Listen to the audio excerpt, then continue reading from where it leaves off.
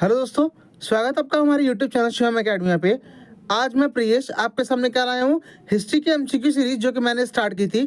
आज उस वीडियो का पार्ट 2 है, जिसमें हम लोग क्या करेंगे डिस्कस, जो आपकी हिस्ट्री क्लास 12th की एनसीईआरटी है उसका जो चैप्टर नंबर 2 है उससे जितने रिलेटेड क्वेश्चन होंगे मैं क्या करूँगा आज आपको कराने की कोशिश करूँगा। ये हेल्पफुल होगी क्लास 12th वाले स्टूडेंट के लिए भी, और साथ ही साथ जो बच्चे इंट्रेंस देने जा रहे हैं उनके लिए भी बहुत ज़्यादा हेल्पफुल होगा सीयूईटीज का। So let's start. पहला क्वेश्चन क्या कहता है, the Arthashastra attributed to Kautilya deals primarily with. जो अर्थशास्त्र एट्रीब्यूट है किसका, कौटिल्य का, प्राइमरली वो किससे डील करते हैं, तो प्राइमरली किससे डील करते हैं वो, इसका करेक्ट आंसर क्या होगा, the correct answer is statecraft and politics. Primarily deal किससे करते थे वो, स्टेट क्राफ्ट और पॉलिटिक्स से डील करते थे। बढ़ते हैं अगले क्वेश्चन की तरफ। Which ruler is associated with the establishment of the Mauryan empire. कौन सा रूलर आपका एसोसिएट है, मतलब सम्मिलित है किससे, एस्टेब्लिशमेंट ऑफ मौर्यन एम्पायर से। तो क्या लगता है इसका सही आंसर आपको, चंद्रगुप्त मौर्य, अशोक, बिंदुसार या पुष्यमित्र शुंगा। तो इसका करेक्ट आंसर क्या होगा, मौर्य एम्पायर की बात हो रही है तो किसका नाम लेंगे हम, चंद्रगुप्त मौर्य का नाम लेंगे। किसका नाम लेंगे, चंद्रगुप्त मौर्य। तो करेक्ट आंसर क्या होगा, चंद्रगुप्त मौर्य इसका करेक्ट आंसर होगा। बढ़ते हैं अगले क्वेश्चन की तरफ हम लोग। The term dhamma in the edicts of Ashoka refers to. जो टर्म है धम्मा, जो कि एडिक्ट्स है किसमें, अशोका, उससे क्या आप समझते हैं, धम्मा का मतलब क्या होता है, क्या रिलीजियस कन्वर्जन, मोरल ड्यूटी और राइटसनेस, रॉयल डिक्रीज या टैक्सेशन पॉलिसीज। धम्मा का मतलब टैक्सेशन पॉलिसीज तो हमें लगता है कि होता होगा। रॉयल डिक्रीज होता है क्या, कि धम्मा का मतलब है कि मॉरल ड्यूटीज़ को फॉलो करना और हमेशा सही चीज़ को करना। यह रिलीजियस कन्वर्जन, रिलीजन्स को कन्वर्जन करना।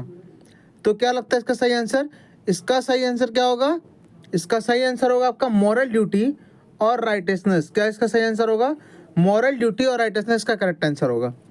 बढ़ते हैं अगले क्वेश्चन की तरफ।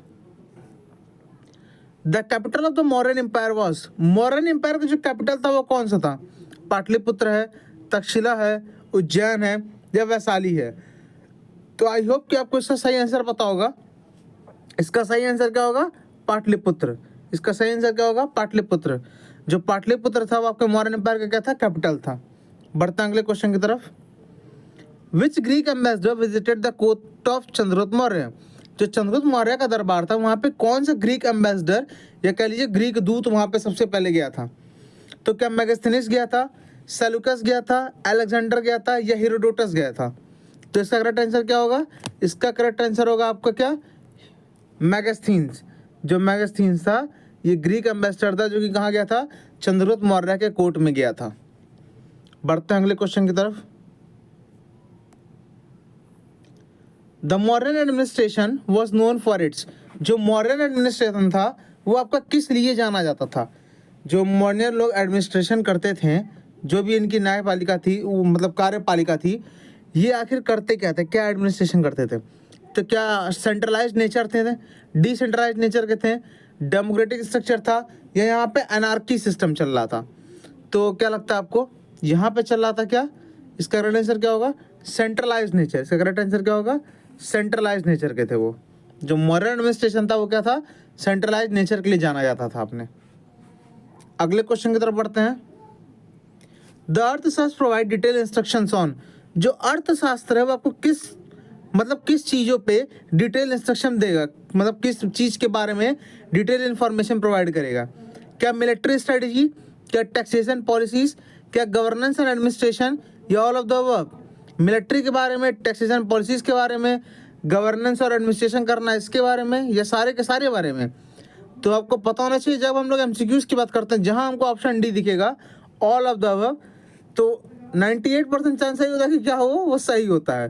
तो इसका राइट आंसर क्या होगा, ऑल ऑफ द अबव। बल्कि ये तो सही है, इसको तुक्का नहीं लगाना है, इसको हम लोग पढ़ के भी कर सकते हैं कि जो अर्थशास्त्र था उसमें military strategy, taxation policy, governance administration सबके बारे में लिखा हुआ था। बढ़ते अगले क्वेश्चन की तरफ। The major rock edict of Ashoka are primarily written in which language. जो मेजर रॉक एडिक्ट था अशोका का आखिर प्राइमरली किस लैंग्वेज में लिखा गया था, प्राकृत, संस्कृत, पाली या अरामिक। तो क्या लगता है आपको इसका सही आंसर क्या होगा, इसका सही आंसर है प्राकृत लैंग्वेज में। इसका सही आंसर क्या है, प्राकृत लैंग्वेज। प्राकृत लैंग्वेज में जो अशोका के एडिक्ट्स हैं प्राइमरली वो रिटन थे। प्राकृत क्या है? ये लैंग्वेज है। ओके, बढ़ते हैं अगले क्वेश्चन की तरफ हम लोग। Which ruler succeeded Ashoka as the Mauryan emperor? अब कौन सा रूलर था जो कि सक्सीड किया था अशोका को एज द मौर्यन एम्परर? क्या बिंदुसार, क्या चंद्रगुप्त सेकंड, क्या अशोका सेकंड, या समुद्रगुप्त? तो इसका सही आंसर क्या होगा? इसका सही आंसर होगा क्या? बिंदुसार। इसका सही आंसर क्या होगा? बिंदुसार। जो बिंदुसार थे उन्होंने सक्सीड किया था अशोका को एज द मौर्यन एम्परर। बढ़ते हैं अगले क्वेश्चन की तरफ। द कॉन्सेप्ट ऑफ डंडा इन द अर्थशास्त्र रिफर्स टू? जो कॉन्सेप्ट है डंडा का आपका अर्थशास्त्र में, आखिर वो किस चीज़ को दर्शाता है? क्या टैक्सेशन को दर्शाता है कि डंडा मतलब पनिशमेंट होता है, या लैंड रेवेन्यू होता है, या डिप्लोमेसी होता है? तो इसका करेक्ट आंसर क्या होगा? डंडा का मतलब स्कूल में जब टीचर डंडा उठाते हैं किस लिए उठाते हैं? पनिशमेंट देने के लिए। तो अर्थशास्त्र में भी जो डंडा का मतलब वो किस लिए है? वो है पनिशमेंट से रिलेटेड। किससे रिलेटेड है? पनिशमेंट से रिलेटेड है। आई होप आपको चीज़ें समझ में आ रही होंगी। बढ़ते हैं अगले क्वेश्चन की तरफ हम लोग। हाँ, the term mahamatta in the Mauryan administration refer to? जो टर्म है महामता जो कि मौर्यन एडमिनिस्ट्रेशन में यूज किया गया था, आखिर वो किस चीज को रिफर करता है? क्या टैक्स कलेक्टर का मतलब महामता होता है? क्या विलेज हेडमैन का मतलब महामता होता है? क्या चीफ मिनिस्टर का मतलब महामता होता है? या मिलिट्री कमांडर का मतलब महामता होता है? तो जो महामता है वो आखिर किस चीज से रिफर करता है मौर्यन एडमिनिस्ट्रेशन में? जो टर्म महामता है वो मॉडर्न एडमिनिस्ट्रेशन में किस लिए रिफर करता था? क्या टैक्स कलेक्टर के रूप में, या विलेज हेडमैन के रूप में, चीफ मिनिस्टर को कहते थे, या मिलिट्री कमांडर को कहते थे? तो आपको क्या लग रहा है इसका सही आंसर क्या होगा? महामता।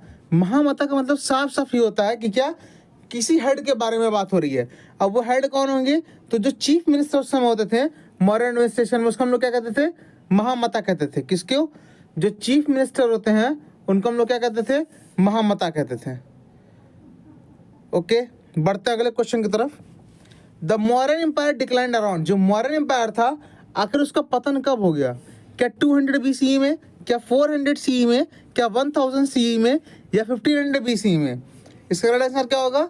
तो जो आपका 200 BCE है वो इसका क्या होगा? करेक्ट आंसर होगा। जो 200 BCE है वो इसका करेक्ट आंसर होगा। इस समय क्या हुआ था? जो मौर्यन एम्पायर है उसका कहीं ना कहीं पतन हो चुका था, उसका डिक्लाइन हो गया था। बढ़ते हैं अगले क्वेश्चन की तरफ। The major occupation of the Vedic people was? जो वैदिक पीपल है उनका मेजर ऑक्यूपेशन क्या था? क्या वो खेती किया करते थे, एग्रीकल्चर? क्या वो ट्रेडिंग करते थे? क्या वो फिशिंग करते थे, या हंटिंग करते थे, जंगलों में जाके जानवरों को मारा करते थे? तो आपको क्या लगता है इसका आंसर क्या होगा? तो जहां भी बात होती है मेजर ऑक्यूपेशन की, और जहां एग्रीकल्चर हम लोग को दिख जाए, या तो प्राइमरी ऑक्यूपेशन की बात होगी या तो मेजर। तो मेजर ऑक्यूपेशन वैदिक पीपल का क्या था? एग्रीकल्चर करना। क्या था? एग्रीकल्चर करना। इसका सही आंसर क्या होगा? एग्रीकल्चर। बढ़ते अगले क्वेश्चन की तरफ। जो टर्म जनपदा है refers to? The term janapada refers to? Janapada का मतलब क्या होता है? ऑप्शन नंबर ए दिया है टैक्स कलेक्शन। जनपदा, जन का मतलब अगर हम लोग देखें ध्यान से तो जन मतलब तो लोग होता है, ऐसा कुछ हम लोग को लग रहा है, पर देखते हैं। टैक्स कलेक्शन होगा क्या? नहीं लग रहा हम लोग को।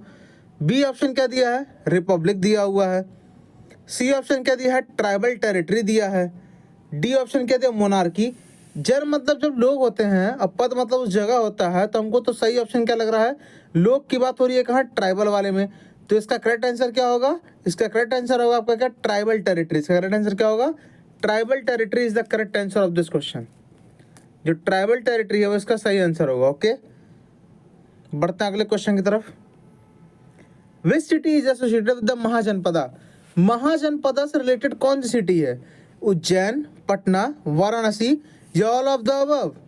तो मैं आपको बता दूं, उज्जैन से रिलेटेड ये तीनों के तीनों हैं। ऑल ऑफ द अबव क्या होगा? इसका राइट आंसर होगा। जो महाजनपदा है उससे रिलेटेड उज्जैन भी है, पटना भी है, वाराणसी भी है। इन तीनों को उस समय क्या कहा जाता था? महाजनपदा कहा जाता था। बढ़ते हैं अगले क्वेश्चन की तरफ हम लोग। द सभा एंड समिति वर असेंबलाइज इन द? जो सभा और समिति है ना, आखिर वो कहाँ पे असेंबलाइज हम लोग को देखते थे?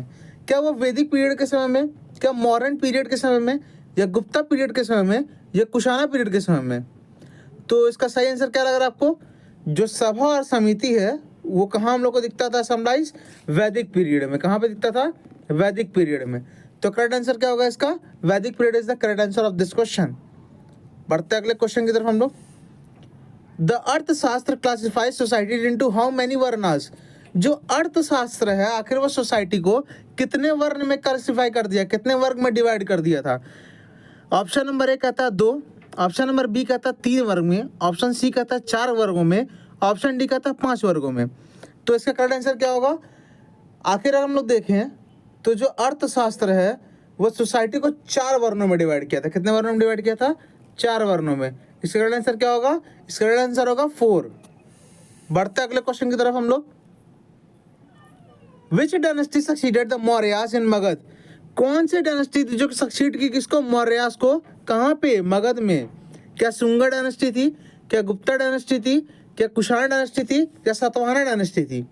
तो इसका करेक्ट आंसर क्या होगा, इसका करेक्ट आंसर होगा शुंगा डायनेस्टी। इसका करेक्ट आंसर क्या होगा, जो शुंग डायनेस्टी था वो क्या किया था, सक्सीड किया था मौर्यास को। कहाँ पे, मगध में। बढ़ते अगले क्वेश्चन की तरफ। The term mahajanapada refer to. ऊपर हम लोग ने महाजनपदा के बारे में जाना, जनपदा के बारे में जाना। अब देखिए, अब ये क्या जानेंगे हम लोग कि महाजनपदा का मतलब आखिर होता क्या है। ऑप्शन ए दिया है ग्रेट एम्पायर्स, ऑप्शन बी दिया है ग्रेट किंग, ऑप्शन सी दिया ग्रेट असेंबली या ग्रेट टेरिटरी। ग्रेट एम्पायर मतलब क्या, बहुत बड़े बड़े जो यहाँ पे किंगडम्स है, रजवाड़े हैं, उसको कह लीजिए, या बहुत बड़े राजा, ग्रेट किंग। ग्रेट असेंबली बहुत बड़ी सभा होती है। ग्रेट टेरिटरी, टेरिटरी जो है वो बहुत बड़ा है, राज्य का विस्तार जो है, जो एरिया बाउंड्री है वो बहुत बड़ी है। इसका सही आंसर क्या होगा, महाजनपदा का मतलब होता था ग्रेट टेरिटरी। महाजनपदा का मतलब क्या होता था, ग्रेट टेरिटरी। से क्या होगा, सही आंसर होगा। बढ़ते अगले क्वेश्चन की तरफ। The term raja originally mean. राजा का मतलब क्या होता है, इसका आंसर तो आप उसी तरह बता सकते हैं। ए ऑप्शन दिया है किंग, बी दिया है चीफ, सी दिया प्रीस्ट, डी दिया वॉरियर। प्रीस्ट मतलब क्या होता है, पुजारी। वॉरियर मतलब क्या होता है, आप जानना, जो लड़ते हैं। चीफ मतलब किसी के चीफ कमांडर, या तो किंग। तो इसका करेक्ट आंसर क्या होगा, आपको इसका करेक्ट आंसर पता है। राजा का जो मतलब होता है यहाँ पे क्या होता है, राजा का मतलब यहाँ पे चीफ से है, ना कि किंग से है। राजा मतलब किससे है, चीफ से है, ना कि किंग से है। बढ़ते अगले क्वेश्चन की तरफ। The Vedic period is characterized by the dominance of which ritual. जो वैदिक पीरियड था आखिर वो जो किस चीज से कैरेक्टराइज था, वहां पे कौन से रिचुअल्स थे जो कि ज्यादा डोमिनेंस में थे। या तो सैक्रिफाइस, ऑप्शन नंबर ए दिया सैक्रिफाइस कर देना। लोग क्या करते थे, बहुत ज़्यादा त्याग करते थे। ऑप्शन बी, वहाँ लोग मेडिटेशन बहुत करते थे। ऑप्शन सी, वहाँ पिलग्रिमेज जो थे, भगवान के मंदिर जो हैं वो बहुत थे। ऑप्शन नंबर डी क्या आपका, फास्टिंग, लोग भूखे बहुत रहते थे, मतलब क्या व्रत करते थे बहुत ज़्यादा। तो ऑप्शन इसका क्या सही होगा, जो आपका ऑप्शन है वो कौन सा सही होगा इसका। जो वैदिक टाइम के पीरियड के लोग थे वो सबसे ज़्यादा जो रिचुअल परफॉर्म करते थे वो कौन सा था, सेक्रीफाइस। कौन सा था, सेक्रीफाइस, वो लोग बहुत ज़्यादा किया करते थे। बढ़ते अगले क्वेश्चन की तरफ। The capital of Shunga dynasty was. जो शुंगा डायनेस्टी है उसका कैपिटल क्या था, तो शुंगा डायनेस्टी का कैपिटल क्या था, उज्जैन। शुंगा डायनेस्टी का कैपिटल क्या है, Ujjain. Ujjain is the correct answer of this question. जो शुंगा डायनेस्टी का कैपिटल क्या है, उज्जैन होगा इसका करेक्ट आंसर। बढ़ते अगले क्वेश्चन की तरफ। The term janapada literally means. जो टर्म जनपदा है उसका मतलब आखिर क्या होता है, उससे आप क्या समझते हैं। Land of the people, land of the gods, land of the forest या लैंड ऑफ द रिवर। जनपदा, जन मतलब क्या होता है, लोग होता है ना। तो इसका करेक्ट आंसर क्या होगा, land of the people. Land of the people इसका क्या होगा, करेक्ट आंसर होगा। मैंने ऑप्शन नंबर ए क्या है, इसका ऑप्शन सही है। बढ़ते अगले क्वेश्चन की तरफ। The modern economy was primarily based on. जो मॉडर्न इकोनॉमी है प्राइमरली वो किस चीज़ पे बेस्ड थी, एग्रीकल्चर, ट्रेड, इंडस्ट्री या ऑल ऑफ द अबव। तो जो मॉडर्न इकोनॉमी आखिर वो किस पे बेस्ड है, खेती करने पे, ट्रेड करने पे, इंडस्ट्री करने पे, ऑल ऑफ द अबव। बार बार बोल रहा हूँ, अगर आपको ऑप्शन क्या दिखे, ऑल ऑफ द अबव दिखे तो उसको आप सही नहीं मानेंगे, ठीक। जो मॉडर्न इकोनॉमी है वो किस पे बेस्ड थी, तो मॉडर्न इकोनॉमी बेस्ड थी किस पे, एग्रीकल्चर के ऊपर। मॉडर्न इकोनॉमी किस पे बेस्ड थी, एग्रीकल्चर के ऊपर पूरी तरीके से बेस्ड थी। बढ़ते अगले क्वेश्चन की तरफ। देखिए क्वेश्चन में क्या दिया था, प्राइमरली बेस्ड ऑन। तो प्राइमरली किस पे बेस्ड था, एग्रीकल्चर के ऊपर बेस्ड था। किस पे बेस्ड था, एग्रीकल्चर के ऊपर। बढ़ते अगले क्वेश्चन की तरफ। The modern administration divided the empire into. जो मॉडर्न एडमिनिस्ट्रेशन है उन्होंने अपने एम्पायर को कितने पार्ट्स में डिवाइड कर दिया था, क्या प्रोविंसेस में, क्या डिस्ट्रिक्ट में, क्या सर्किल में, या कह लीजिए ऑल ऑफ द अबव। तो इसका करेक्ट आंसर क्या होगा, इसका करेक्ट आंसर होगा ऑल ऑफ द अबव। क्या होगा इसका correct answer, all of the above इसका करेक्ट आंसर होगा, ठीक। बढ़ते अगले क्वेश्चन की तरफ। The concept of dharma in the modern period refer to. अब जो मॉडर्न पीरियड के समय जो कॉन्सेप्ट चल रहा था धर्म का, आखिर उससे क्या समझते हैं हम लोग, उससे क्या मतलब था?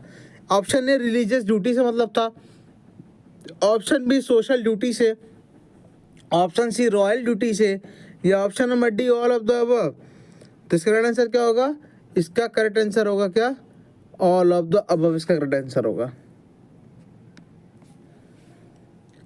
बढ़ता अगले क्वेश्चन की तरफ। Which ruler is associated with the rock cut caves at Barabar and Nagarjuni hill? कौन सा रूलर था जो कि रिलेटेड, किससे एसोसिएटेड था, किससे जुड़ा हुआ था? जो आपके रॉक कट केव्स थे, पत्थरों को काट के जो गुफाएं बनाई गई थी, कहाँ पे? जो बाराबर है वहाँ पे और नागार्जुनी हिल में। तो कौन सा रूलर है जो उससे रिलेटेड है? अशोका, बिंदुसार, चंद्रगुप्त मौर्य या अजात शत्रु? तो इसका करेक्ट आंसर क्या होगा? इसका करेक्ट आंसर होगा क्या आपका? अजात शत्रु। जो अजात शत्रु है कहीं ना कहीं वो रिलेटेड है इससे। बढ़ते अगले क्वेश्चन की तरफ। The Mauryan empire was founded in. Mauryan empire को फाउंड कब किया गया था? मौर्यन एम्पायर को फाउंड कब किया गया था? तो आप इसको याद रखेंगे 3rd सेंचुरी BC में। कब? 3rd सेंचुरी BC में मौर्यन एम्पायर को फाउंड किया गया था। बढ़ते अगले क्वेश्चन की तरफ। The Mauryan empire extended its control up to. जो मौर्यन एम्पायर है उन्होंने अपना कंट्रोल कितने एरिया तक का बनाया था? अफगानिस्तान, श्रीलंका, म्यांमार या ऑल ऑफ द अबव? तो जो मौर्यन एम्पायर है कहीं ना कहीं क्या करते थे? अपने एम्पायर को बहुत ज़्यादा एक्सटेंड किए थे। तो श्रीलंका, अफगानिस्तान और म्यांमार, इन सब जगह पे क्या था? मौर्यन एम्पायर का कहीं ना कहीं कंट्रोल था, वहाँ तक थे पूरा। करेक्ट आंसर क्या होगा? All of the above. अब हम आ गए हैं इस वीडियो के अंतिम क्वेश्चन पे, और अंतिम क्वेश्चन के बाद हम लोग क्या करेंगे? अपने वीडियो को स्टॉप कर देंगे। आई होप कि आपको एक जो वीडियो सीरीज़ है MCQ की पसंद आ रही होगी। आपको अगर पसंद आ रही है तो आप कमेंट बॉक्स में बताइए कि आपको जो वीडियो सीरीज़ है पसंद आ रही है, या आप और कैसा क्वेश्चन चाह रहे हैं हमसे। तो आपके डिमांड से क्या किया जाएगा, कहीं ना कहीं पूरा किया जाएगा। ठीक, अब मैं कोशिश ये करूँगा कि वीडियोज़ आपको मिलती रहे। बाकी तो हम लोग अपनी तरफ से पूरी मेहनत करेंगे ताकि क्या हो, जो CUET के एंट्रेंस एग्ज़ाम है कहीं ना कहीं उसको हम लोग क्या कर पाएँ, क्वालिफाई कर पाएँ। लास्ट क्वेश्चन क्या है? The term grama refers to. जो टर्म ग्राम है उससे क्या समझते हैं हम? अब ग्राम का मतलब आप जान ही रहे हैं, विलेज होगा, टाउन होगा, सिटी होगा या कैपिटल होगा। तो इसका राइट आंसर क्या होगा? लास्ट क्वेश्चन क्या है आपका? The term grama refers to a village. जो ग्राम है उससे हम क्या समझते हैं? उसका मतलब होता है village. So thank you for watching my videos. I hope कि आपको वीडियोज़ पसंद आ रही होंगी। तो आप अपनी राय अपनी कमेंट बॉक्स में दे सकते हैं। मिलते हैं अगले वीडियो में, तब तक के लिए नमस्कार।